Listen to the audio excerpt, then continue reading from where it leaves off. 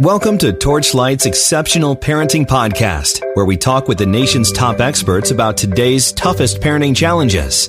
Whether you're concerned about your child's development, learning, behavior, or you just want to make family time more enjoyable, we share the practical solutions and tools that can help.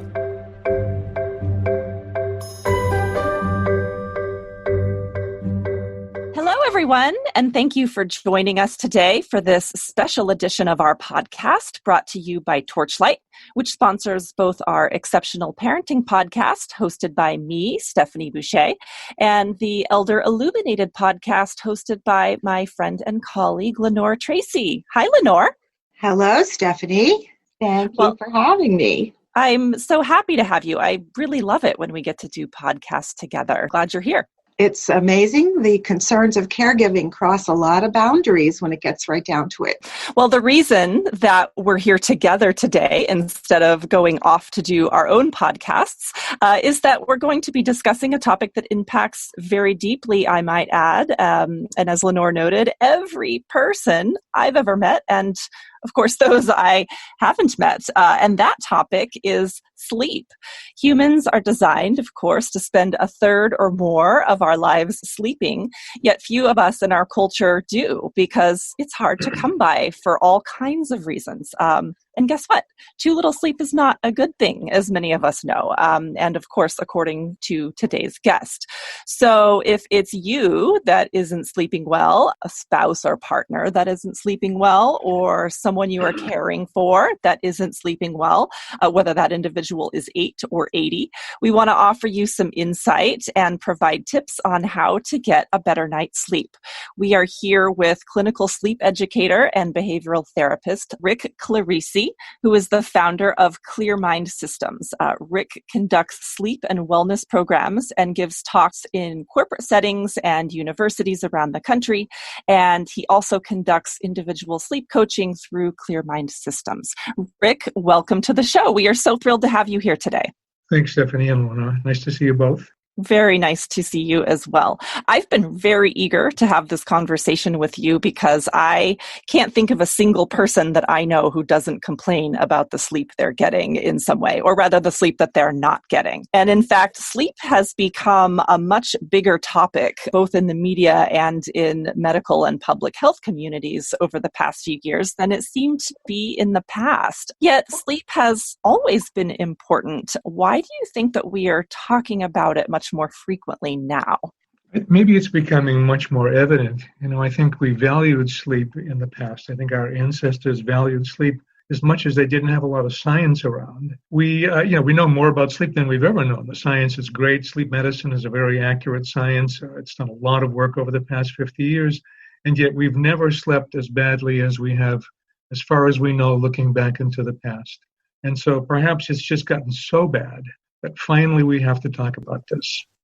Yeah, and that kind of brings me to what I was going to ask you next. We know there are a number of large national studies that have surveyed Americans about our sleep practices. What do they tell us about Americans and sleep? There are some amazing figures, actually. About 70% of Americans report that they struggle with their sleep nearly every night. 30% of American workers say that they sleep 6 hours or less.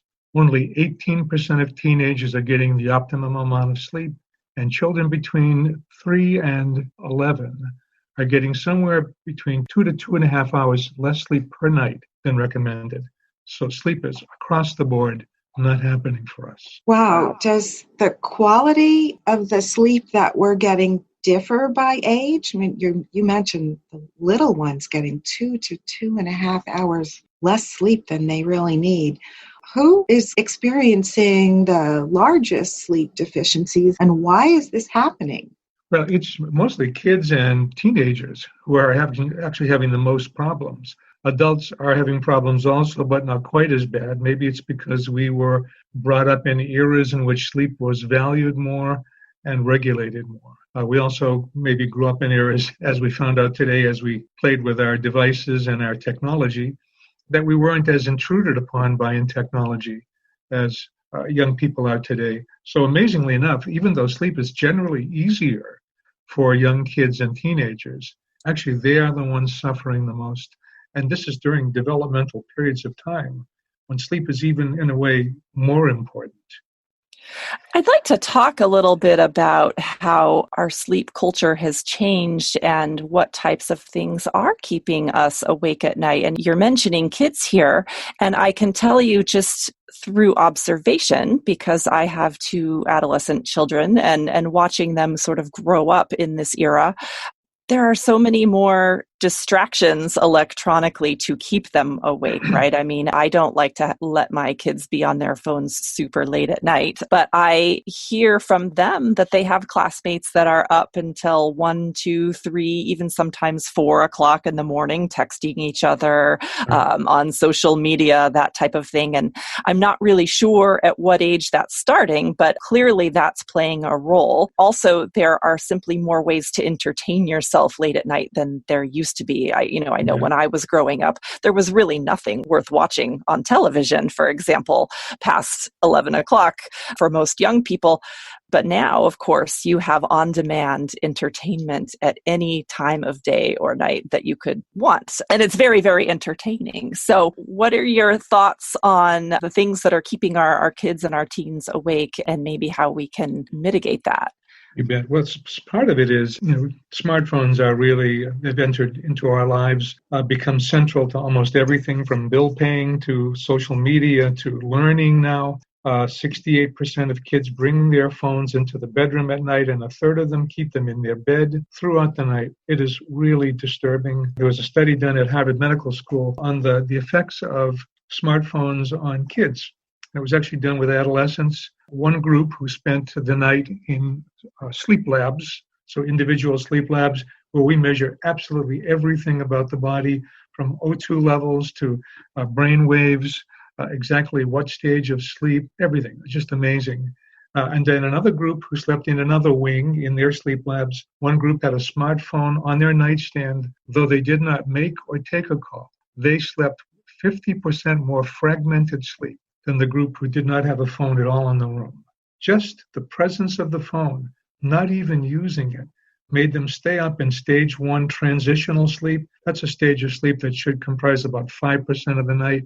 And they were spending sometimes as much as half of the night in this stage of sleep that's almost valueless, other than it transitions us from wake to sleep, but it doesn't do a lot for health and regulation of various functions. So just the presence of the phone, because it's a window on the rest of the world and actually doesn't remind us about anything concerning sleep, was enough to keep them in very valueless sleep. Why is that? Is it because of the unconscious knowledge that the phone is there and you might be missing something, or it's not because of, say, the EMFs or the electromagnetic waves that are coming off of the phone? The research has called it threat expectancy, and we use that term in psychology, but I often think it's really more connectivity expectancy, that expectancy that you will be connected with. Right. So probably better than to have a real alarm clock than to rely on your phone by your bed. Absolutely. A battery-powered alarm clock that you have to actually push a button to even see what time it is. Those are what I always recommend to my clients. They cost about $10 and nice and cheap. They really work. And it helps a person get the phone out of the bedroom. I tell people, just get your phone out of the bedroom. So many people who I'm coaching, they resist it, of course, because they can't imagine not having the phone. But when they do it, they'll often say the next week that I talk to them, I hate to admit it, but I had much better sleep just for that one change. Yeah, I admit that I'm guilty of that. I was just telling Lenore the other day, I don't own a real alarm clock anymore because I do rely on my phone. I put it in airplane mode while I sleep so that it can't, and none of the notifications can bother me. But one of the reasons I like it is because in the past, having that alarm clock with the neon light blaring towards my face all night was interfering with my ability to fall asleep. And then, of course, if I happen to wake up in the night, I don't necessarily like knowing what time it is when I wake up in the night because that can cause thinking, right? Like you wake up and it's 3 a.m. and if you can't fall back asleep for a few minutes, you're thinking, oh, it's 3:30. I'm losing sleep. And I'd rather just not know what time it is. That's why the battery-powered alarm clocks have that ability to be black. You have to press a button in order to see what time it is so they don't shed any light. They're also not plugged in, so there aren't EMFs. We often talk about the ideal situation for sleeping. So we tell people keep a bedroom nice and clear and clean, no electronic things, no televisions. Don't even have piles of books that are half read, because those things make us feel unfinished. They make us think about things other than sleep. Sleep is such a wonderful and magical and natural state that actually, if we just allow it to happen without other things getting in the way, it really does. It works beautifully when we don't interrupt it. But the minute you look at a screen, the things about these phones is, first of all, they're not really phones. These are computers, and that window is a window on the rest of your world. Your bills, your work, your people, your friends, your enemies, your debtors, you name it, they are through that window, everything but sleep. And so that word association, we always want to say, the minute you step over the threshold of your bedroom, you should associate that room with either sleep or intimacy, not everything else in the world. And the phone, just by its presence, reminds you of everything else in the world that can initiate thoughts and thinking. That's really great advice, and you have some great suggestions. I want to talk a little bit about the pandemic, because it seems to me, of course, it's a very stressful time for most people, and sleep might be especially difficult to come by now in times of stress. Have you noticed a difference in the way people are sleeping in 2020? One of the neat things about my job is, I do presentations, educational presentations for about 70 different companies in places like Harvard and MIT and Tufts. And so that's kind of giving a presentation somewhat like this is. But when I do sleep coaching on the phone, I do that every single day with numerous people for a half an hour at a time. And so it's like I have my finger in the wind. I know exactly what's going on in relationship to the things in our world, and I see them in real time, how they affect people. So a few things that are affecting people given the pandemic is enormous amounts of stress. And one of the worst stressors is uncertainty. And this has caused uncertainty in every area of our life, from going shopping to driving down the street and seeing people with masks that might upset you, or not having masks that might upset you also. You grab a doorknob and you wonder if you should be. This has made us uncertain about the most basic things in life, and even our loved ones and friends. And so uncertainty is a huge stressor, and it's been going on for about 10 months.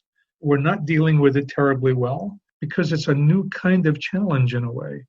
And so what I notice in people is that their stress levels are rising, and everything else in their life takes place on top of this enormous baseline level of stress.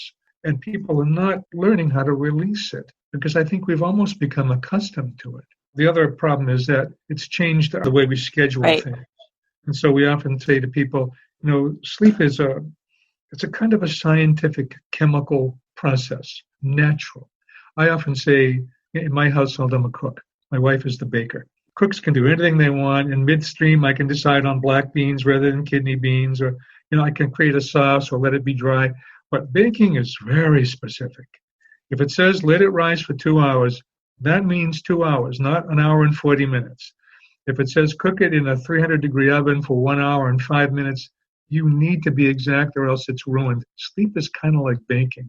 It's really exact. So one of the things we say about sleep timing is sleep really loves same time in bed at night, same time out of bed in the morning. It really loves and thrives on that. It will endure a little bit of swaying and changing that schedule, but not a lot. And some people's sleep doesn't really allow for any. So what I'm noticing with people is, let's say, for an example, a person would tell me, 10 months ago when I went to work every day, I would get up at 6 a.m. because I had to dress and change and shower, have some breakfast, do things for the kids. Then I had a 45-minute commute, and all that would get me to work in time. And then at night I would go to bed around 10, which, by the way, is perfect, 6 and 10. That's 16 hours. That's how long it takes to build the drive to sleep so that it's compelling. And so they would say, that's how I did it before, and my sleep was okay, like everybody else, which really means terrible. But and so they say, but now, so I'd say, well, when do you get up now? Well, actually, I don't really have to get up until 7:30. I always found 6 kind of early for my own internal clock.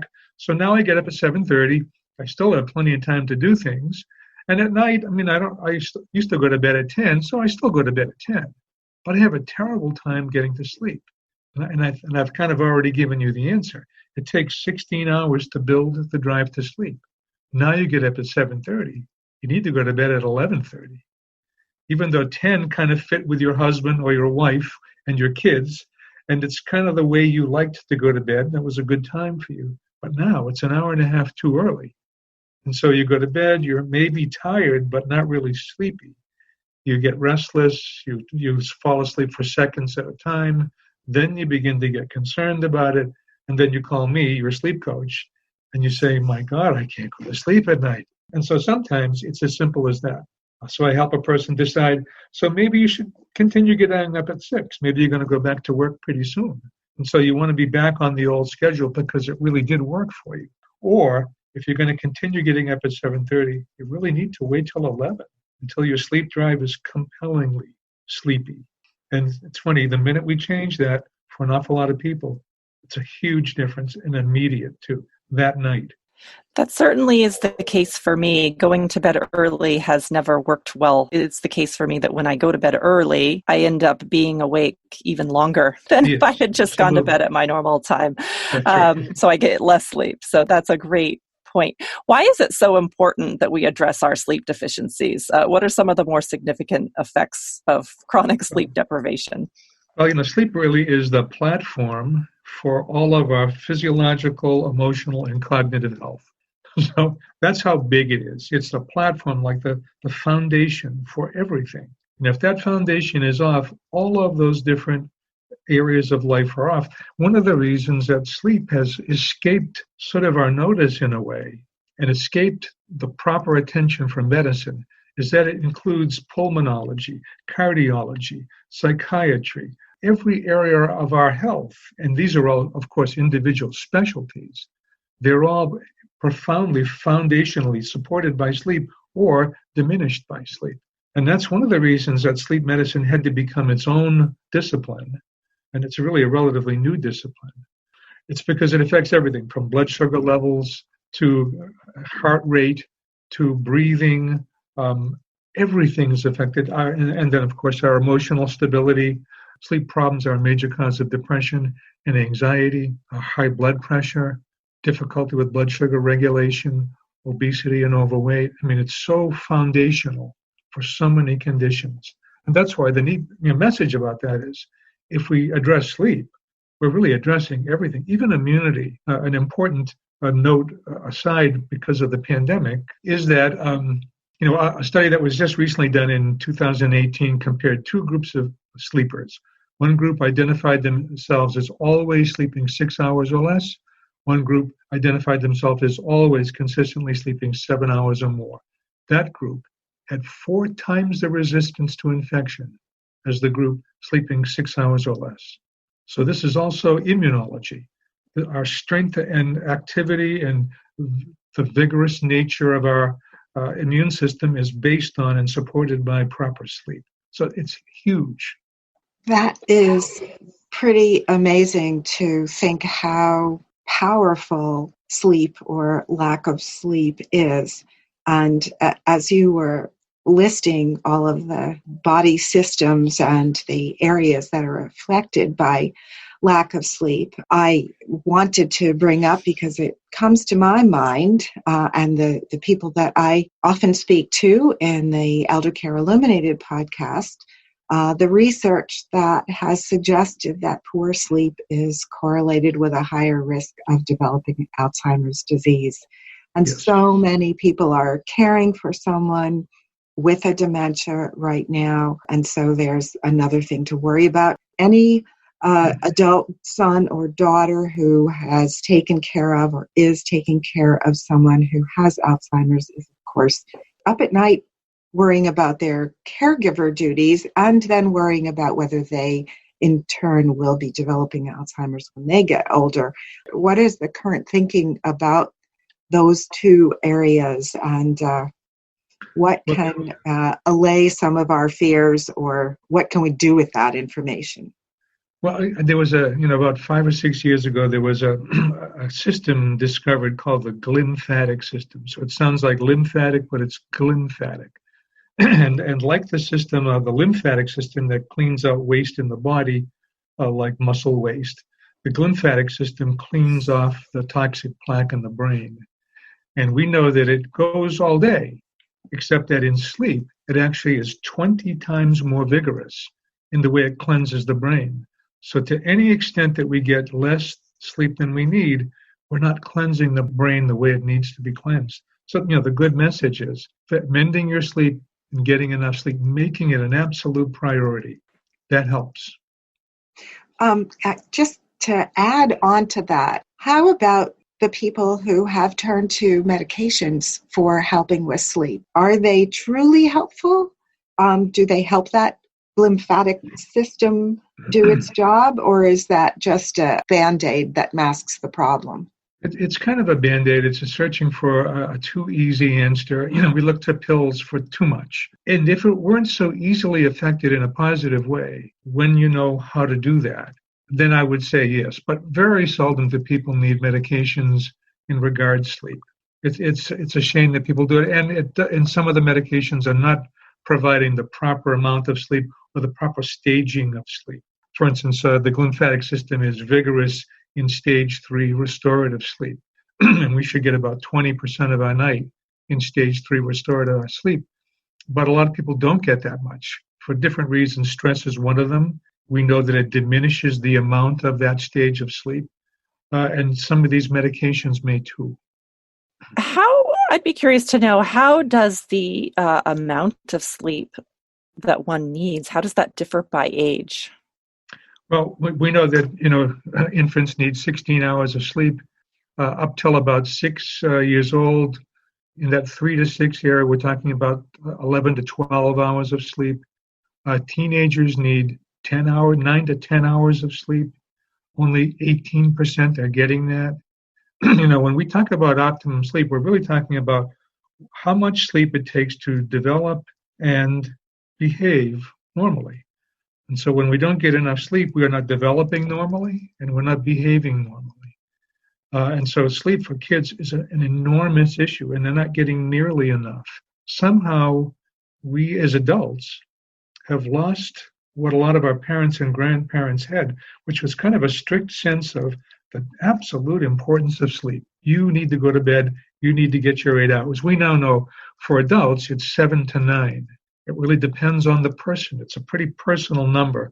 It's one of the things I have people do over the first couple of weeks is try to sense how much really makes you feel good and when does it start to make you feel depleted.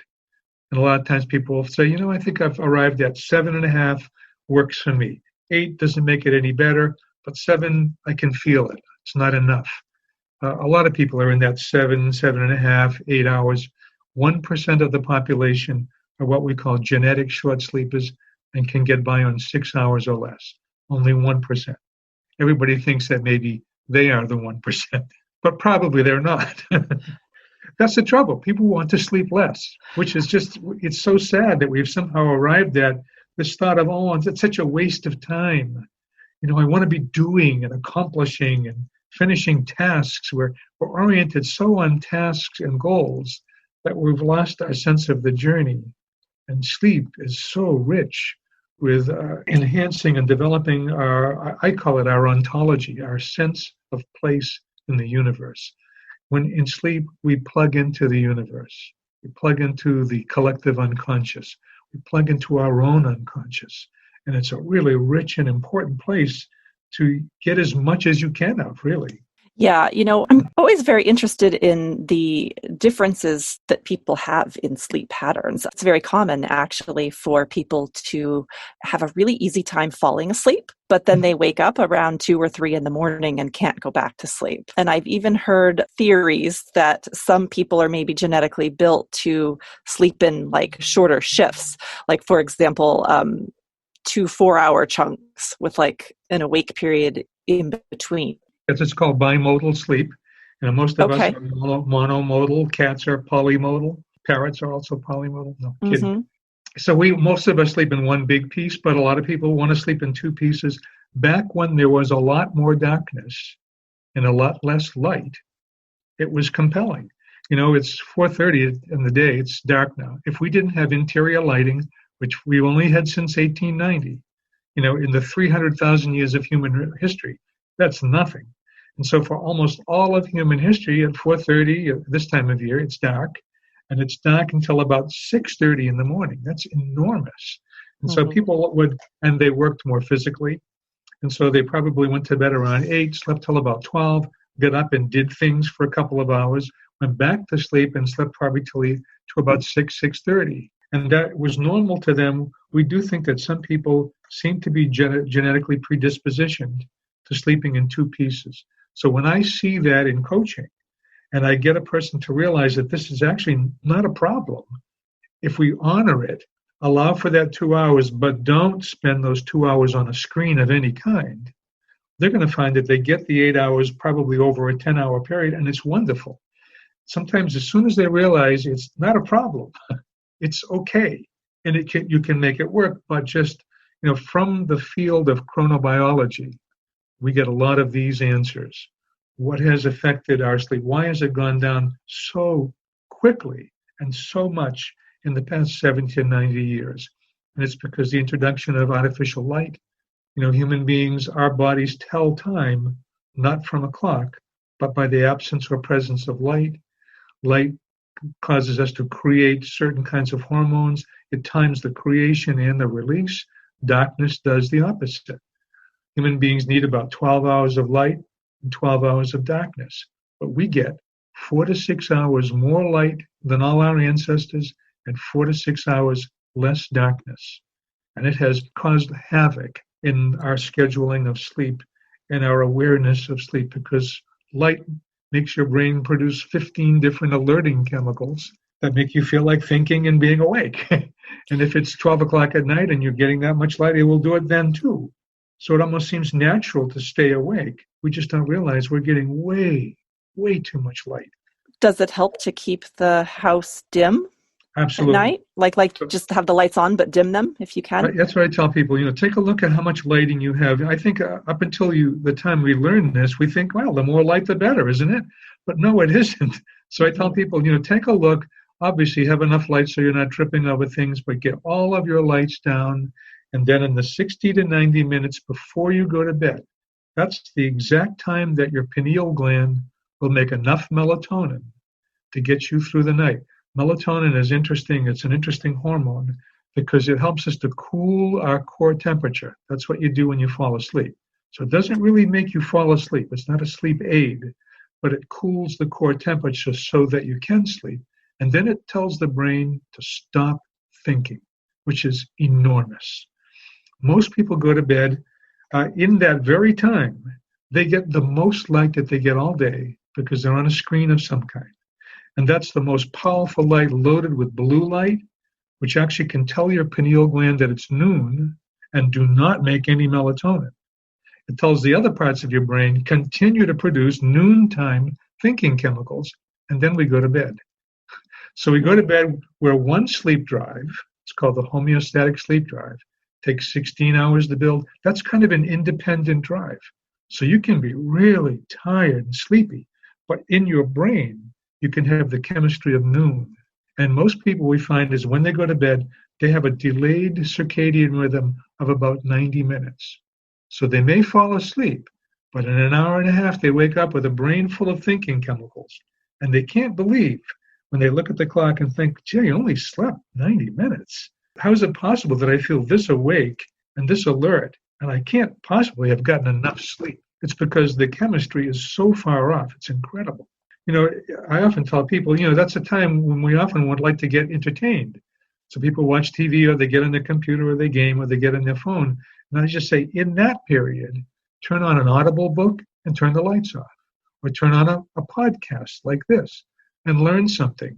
But in the meantime, with the lights off, your brain is creating exactly the chemistry to coincide with your sleep drive, so that you go to sleep with a brain with no thinking chemicals in it and just enough melatonin to continue that no thinking chemistry throughout the night. Rick, you mentioned circadian rhythms. Could you tell us a little bit more about that? Sure. So the circadian clock exists in all living things on this planet.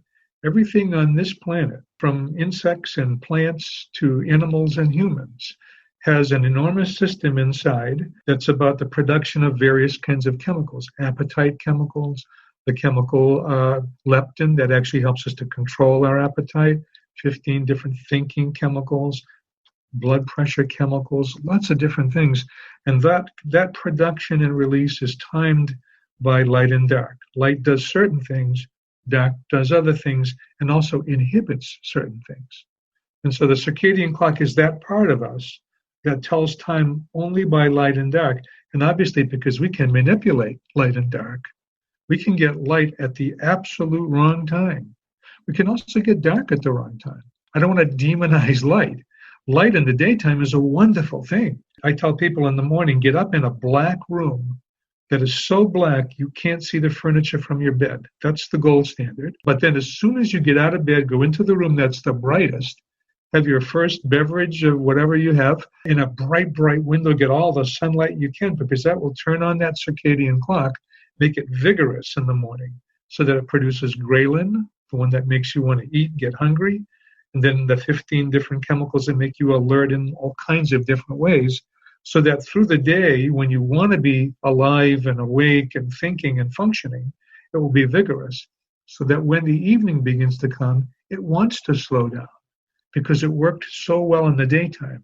But if you have darkness and dimness in your work areas or in your house in the daytime, it isn't vigorous. That's why sometimes you might get out, you might say on a Saturday, not that they're different anymore, but they used to be different. And you didn't have to go to work, but you got up and it was rainy and dark. And then it's all of a sudden it's 10:30 in the morning. You think, my God, I can't wake up. What is going on? It's because there's not enough light. You really need that light in the daytime. At night, we need darkness, and we need lots of it, and we're not getting it. What about napping? Oh, good. There was a good study done on napping. It was a study done just recently, in fact, in which we found that 1 or 2 20 to 25-minute naps per week reduced cardiovascular risk by 48%. That's enormous. Isn't that incredible? Now, we sleep different than, say, Europeans and people in Central and South America. It's just more cultural, though it can have to do with the amount of light and the amount of heat. But a lot of Europeans go to bed very late. They eat very late. They go to bed very late. But in the middle of the day, they shut the store and go home for a couple of hours and sometimes take over an hour nap, which here, by the way, would be too long. We recommend 20-minute naps. But it has more to do with the way we function. We tend to get up earlier here, go to bed earlier, and we're more monomodal. They're actually introducing a piece of bimodal by having some of their 8 to 9 hours be something that they catch during the day. So like a siesta is often an hour or more long. So napping is, so the short is, a little bit of napping is good. What we found out, though, was that people who napped 7 times a week in our culture, that actually was a symptom of bad sleep at night, that they actually had to do this because they weren't getting enough sleep at night. So it did not make them more healthy. Dr. Seisler at the Brigham did a study on napping in the daytime in the workplace, which is something that I try to promote with the companies that I work with. It's not an easy promotion, by the way. There's a lot of resistance to it.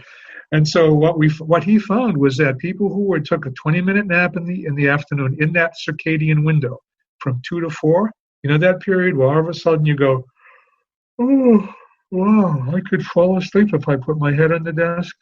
That period is a very natural period because the circadian function steps back and produces less thinking and alerting chemicals just for a little while. And a lot of us get kind of tired, and on some days, you feel like you could take a nap. So what he found was that when people took a nap in the afternoon, a 20-minute nap, their productivity went up by 34% in the remainder of their day, and they were less likely to get in an automobile accident on the way home from work. And so napping in the daytime a little bit and a few times a week can be very productive and can actually protect your health. Well, I don't think that would be a tough sell at Torchlight. I think there are lots of us here who would be willing to have people take the short afternoon nap. I think you may have partially answered this question already in your talk about keeping to a sleep schedule. But I want to point out for parents out there, and there are probably other people who do this as well, but it's particularly common in teenagers, people who try to make up for lost sleep on the weekends. They sleep too little all week long, and then they really sleep in on a Saturday or Sunday. Can you make up for lost sleep, or is it just lost? You can make up somewhat, but not a lot. And the problem with the attempt to make up for the sleep is sometimes we begin to alter our sleep-wake schedule, and we can create other sleep disorders like Sunday night insomnia. A lot of people have Sunday night insomnia. They'll say, during the week I'm okay, but Sunday night it's terrible. I can't get to sleep. I'm restless. I get very anxious. And oftentimes that makes Monday kind of horrible, and sometimes Tuesday, because Sunday night was so bad. And this is a problem of scheduling. You want me to give you a quick explanation of it? Sure. Okay. So let's say a person gets up at 6 in the morning on the weekdays, and they go to bed at 10 at night. But then, and they do that every day except Friday, it's the weekend. And so people think, well, I don't have to go to work on Saturday. I can go out with my friends and see a band, have a few drinks, have a nice time, come home and go to bed at 1. Who cares? And, who would ever say anything? There's a problem with that. And they go to bed and they sleep from 1 to 8 maybe, which is only 7 hours. So they're not getting too much sleep. And then Saturday night they do maybe something like the same, and they go to bed around 1 o'clock in the morning, and they sleep until maybe 8 or 9 on Sunday. The trouble with that is, you get up on Sunday at 9 instead of 6. Your sleep drive is not ready until 1 in the morning instead of 10. But people go to bed at 10 on Sunday night thinking, oh boy, I better get some sleep tonight because I've got to go to work and tomorrow morning. And then they lay there for 2.5, 3 hours of sleeping a little bit and waking up and then it becomes sort of institutionalized. It really becomes an actually identifiable sleep disorder that happens every Sunday night. I always tell people there are 2 solutions to that, and I won't even tell you the first one, but I will. I don't tell it to everybody because they won't do it.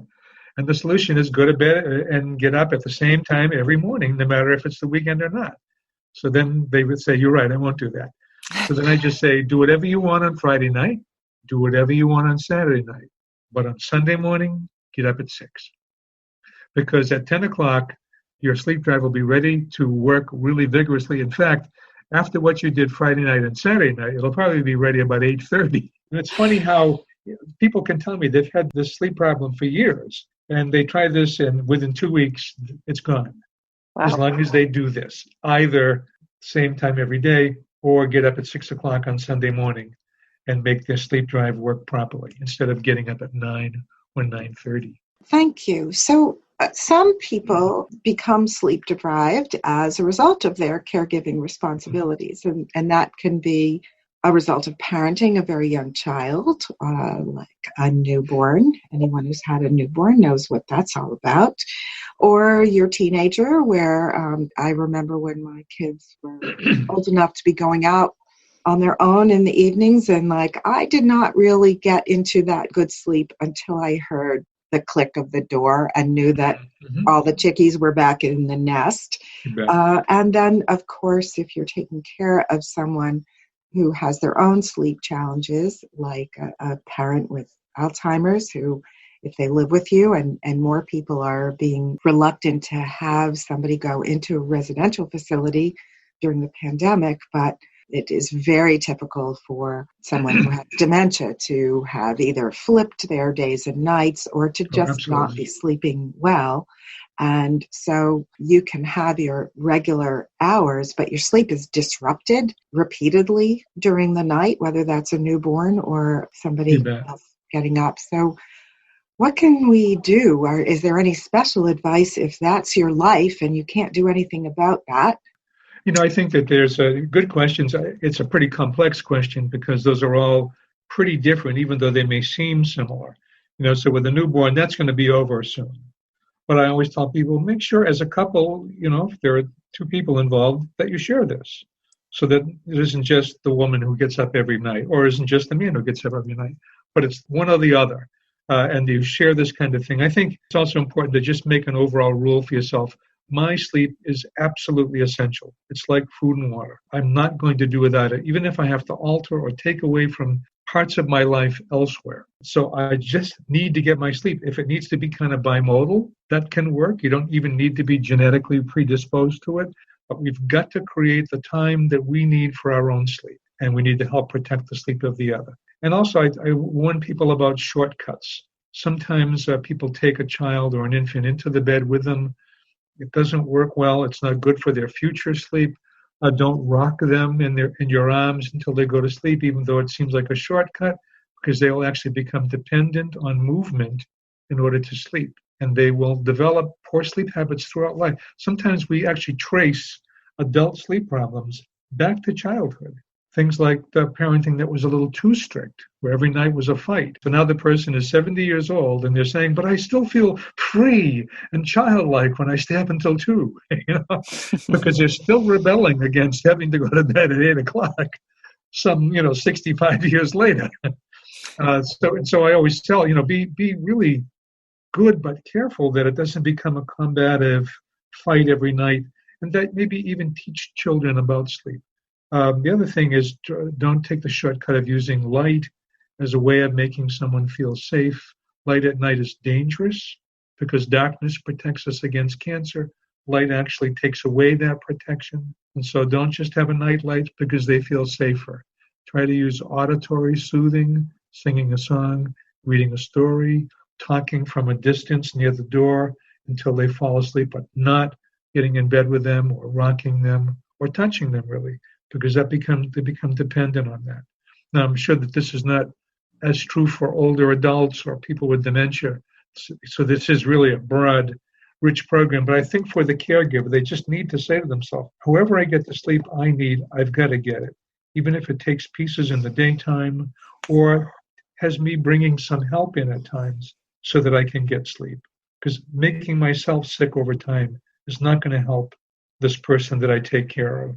We really need, in every instance, to value sleep appropriately, which is almost in every case much more than we're valuing it now. Does that help? I think that is helpful. One of the last things you said does remind me of something about us here in our country where it's almost like it's bragging rights. I only got 3 hours of sleep last night, or I don't need more than 5 hours of sleep, and I'm a dynamo. Right. But it's probably not true, is it, Rick? It probably isn't. Sometimes if you're 18 and you are more resilient than one can remember or imagine, and we heal from everything far quicker and come back from things like that, yes, it sometimes can feel as though you really can abuse yourself that way. But generally speaking, there's a point when you realize that doesn't work. And maybe I shouldn't have done it then because I have maybe lasting injuries from overuse or that kind of thing. So, I think we just really need to get this message across to people that sleep is essential.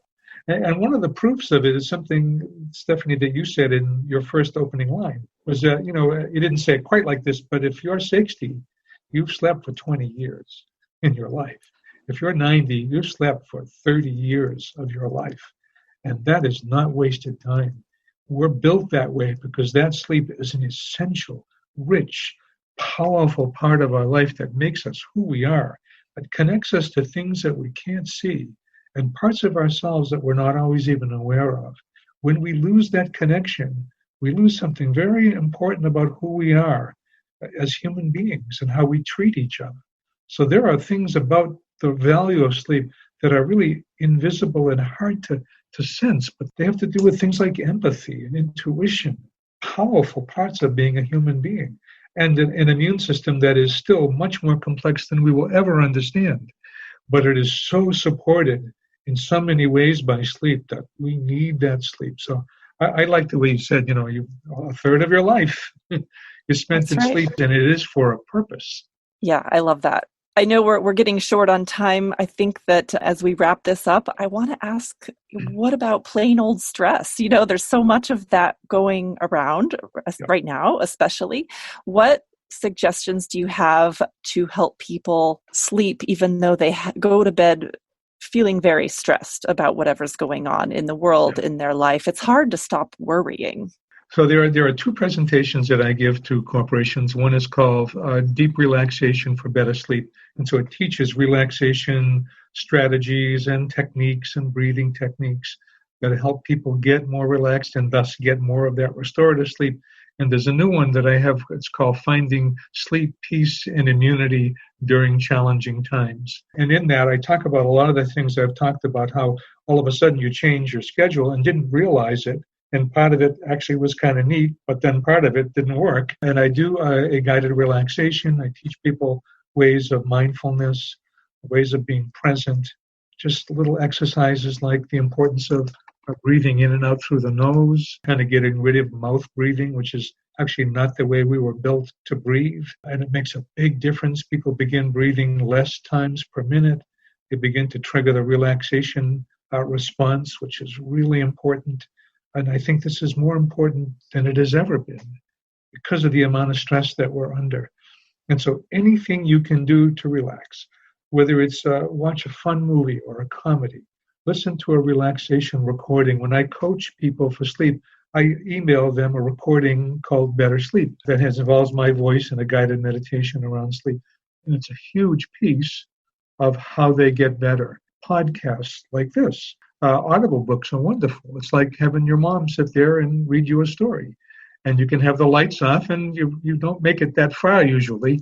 But it's a great way to manage stress, initiate sleep, and deepen things. But I remind people, stress is important. When we talk about the way stress and sleep impact companies, insufficient sleep costs American corporations $136 billion a year, and stress costs them $300 billion. So those two markers or two conditions are the most impacting on our workforce, which is most of us. And so when we address those, we address the foundation of everything else. So important and really fascinating for sure. Well, Rick, thank you so much for being here today. You've given us so much to consider. It's really been helpful for me to hear all of this, and I believe it will be for our listeners as well. For those of you listening, if you'd like to learn more about getting a good night's rest and want a few additional tips, and you have a Torchlight account, I encourage you to check out Tips to Help Your Child Get a Better Night's Sleep and 12 Ways to Get a Better Night's Sleep if you have a child account, or the two e-guides called Sleep Problems Yours and Sleep Problems Your Loved Ones if you have a Torchlight Elder account. If you'd like to learn more about Rick and his work, you can find him on his website at clearmindsystems.net. That is it for now. Thank you all so much for listening, and we will see you next time. Thanks for listening to Torchlight's Exceptional Parenting Podcast. Find this and other episodes on iTunes, Spreaker, and Podcast Go. If you're interested in bringing Torchlight Child or any of Torchlight's other caregiving products to your workplace, please contact info@torchlight.care. That's info@torchlight.care.